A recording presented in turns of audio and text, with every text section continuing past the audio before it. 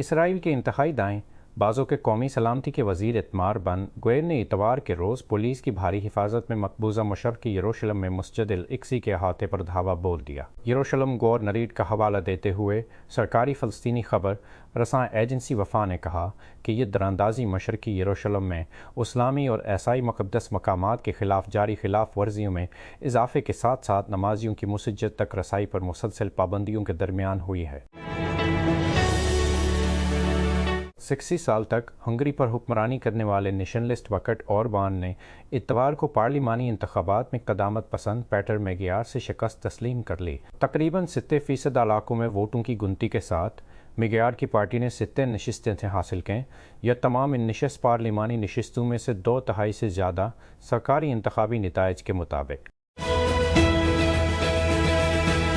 Italy کے جینک sinner نے اتوار کے مونٹی کارلو فائنل میں دفاعی چیمپئن کارلوس الکاراز کو 7-6 سے ہرا کر موٹی پر اپنا پہلا ماسٹرز ٹائٹل اپنے نام کیا اور اسپینارڈ سے عالمی نمبر 1 رینکنگ واپس چھین لی۔ اس فتح نے سنر کے لیے ایک قابل ذکر دوڑ کو محدود کیا، جو ایک ہی سیزن میں سنشائن ڈبل اور مونٹی کارلو جیتنے والے صرف دوسرے کھلاڑی بن گئے۔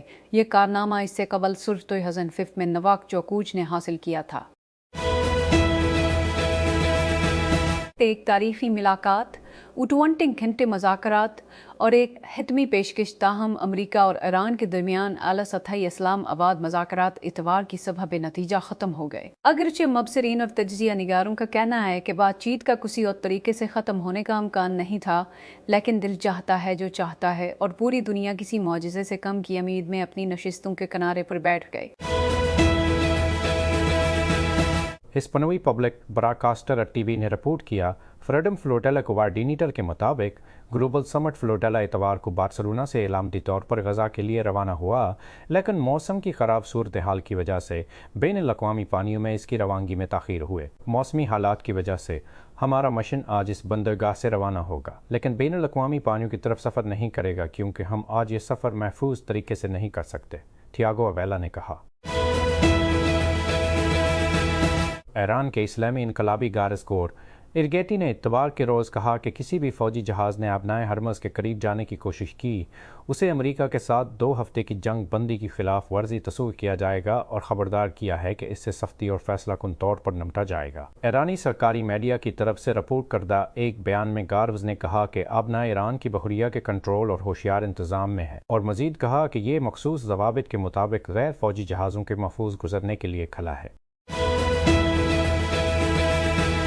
نائب وزیر اعظم اور وزیر خارجہ اسحاق ڈار نے اتوار کو پاکستان کے اس عزم کا وعدہ کیا کہ وہ مذاکرات کو برقرار رکھنے اور امن کے فروغ کے لیے سفارتی کوششوں کی حمایت جاری رکھے گا۔ ان کا یہ تبصرہ اتوار کی صبح اسلام آباد میں امریکہ ایران مذاکرات کے اختتام کے بعد سعودی عرب، مصر اور ترکی کے وزرائے خارجہ کے ساتھ ٹیلی فون گفتگو کے دوران آیا۔ اٹلی کے جینک سنر نے اتوار کے مونٹی کارلو فائنل میں دفاعی چیمپئن کارلوس الکاراز کو 7-6 سے ہرا کر موٹی پر اپنا پہلا ماسٹرز ٹائٹل اپنے نام کیا اور اسپینارڈ سے عالمی نمبر 1 رینکنگ واپس چھین لی۔ اس فتح نے سنر کے لیے ایک قابل ذکر دوڑ کو محدود کیا، جو ایک ہی سیزن میں سنشائن ڈبل اور مونٹی کارلو جیتنے والے صرف دوسرے کھلاڑی بن گئے۔ یہ کارنامہ اس سے قبل صرف 2005 میں نواک جوکووچ نے حاصل کیا۔ کراچی ایسٹ کے deputy inspector general BIG doctor Farrukh Ali نے اتوار کے روز کراچی کی شاہ فیصل کالونی میں ایک پل پر متعدد مشتبہ افراد کی جانب سے مسلح ڈکیتی کی رپورٹس کی انکوائری کا حکم دیا، جب اس واقعے کی مبینہ طور پر ویڈیو سوشل میڈیا پر بڑے پیمانے پر شیئر کی گئی۔ ویڈیو میں ایک شخص کو یہ کہتے ہوئے سنا گیا ہے کہ رات گئے پل پر سیٹ ہاؤس ڈاکو مسافروں کو لوٹ رہے ہیں۔ امریکی صدر ڈونلڈ ٹرمپ نے اتوار کو کہا، جس دن واشنگٹن کے درمیان بات چیت بغیر کسی معاہدے کے ختم ہوئی تھی، کہ ایرانیوں نے صلح بازی کی میز نہیں چھوڑی۔ میں پیش گوئی کرتا ہوں کہ وہ واپس آئیں گے اور وہ ہمیں وہ سب کچھ دیں گے جو ہم چاہتے ہیں، اور میں نے اپنے لوگوں سے کہا مجھے سب کچھ چاہیے، مجھے 9% نہیں چاہیے، مجھے 9% نہیں چاہیے۔